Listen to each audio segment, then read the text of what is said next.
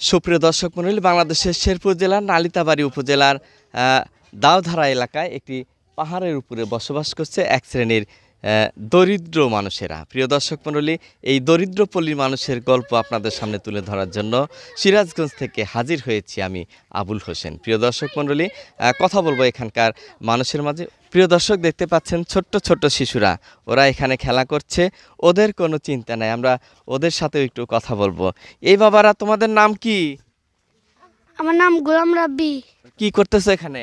খেলছি। কেমন লাগছে? ভালো লাগছে। পড়াশোনা কি করো? হ্যাঁ। একটা ছড়া শোনানো যাবে? একটু ঘুরে ঘুরে দেখবো এই দরিদ্র পল্লীটা। আপনার নামটা কি? কে? এই যে ছোট্ট একটা ভিডিও করে আপনাদের একটু গল্প শুনবো। মহিজুদ্দিন। কোন হলে এখানে থাকেন? এই 1-1.5 বছর। আচ্ছা আচ্ছা, আগে কোথায় ছিলেন? হ্যাঁ, আগে কোথায় ছিলেন? এই এলাকায় আসলাম, হেইপাড়া। আচ্ছা আচ্ছা, এটা কি নিজেরাই করছেন না সরকার দিছে? সরকার দিছে। আচ্ছা আচ্ছা, কেমন লাগছে এখানে থেকে? হ্যাঁ, এখানে থেকে কেমন লাগছে? আগে ভালো লাগছে, অনেক ভালো লাগে না। আচ্ছা, এমনি কি কাজ করেন আপনি? গাড়ি চালাই। তিনি একজন সুখী মানুষই, কারণ দেখেন, তার একটা পা নেই, প্রতিবন্ধী মানুষ, তারপরেও তার মনে কোনো দুঃখ নাই। এরাই হচ্ছে প্রকৃত মানুষ, সমাজের প্রকৃত মানুষ, খেটে খাওয়া মানুষ। গাড়ি চালায়, পা নেই অথচ গাড়ি চালায়, কারো কাছে হাত পাতে না।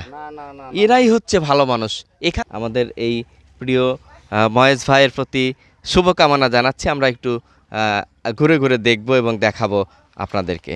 দর্শক করব এখানে যারা বসবাস করে তাদেরকে একটু কথা বলবো। দুপাশ দিয়ে ছোট ছোট ঘর করে দিয়েছে, হয়তো ছোট্ট 2.5 শতক জায়গা মধ্যে এখানে তাদেরকে ঘর করে দিয়েছে। আমরা একটু ঘুরে দেখব। কেমন আছেন? ভালো আছি। কি নাম আপনার? আমার নাম বেবি। আচ্ছা, কুই গাছ লাগিয়েছেন? কুই শাক গাছ আচ্ছা লাগাইছি। তো এই যে ছোট্ট একটা ঘর, কত শতক জায়গার উপরে আপনাদের এই ঘর? আমাদের আধা কাঠা আর কি, মানে গড় জমি 2.5 শতাংশ। আচ্ছা আচ্ছা, কি কি কাজ করেন আপনারা এখানকার মানুষ? আমাদের মনে করেন পাথর খোলায়, কয়লার খোলায়, এটা কাজ আর কি। তো সংসার চলে তো মোটামুটি? আমাদের মোটামুটি আর কি চলে, হাঁস মুরগি এই পালা। দর্শক, আমরা আরো 2-1 জনের সাথে কথা বলবো। দেখতে পাচ্ছেন যে এখানকার মানুষ কতটা সচেতন।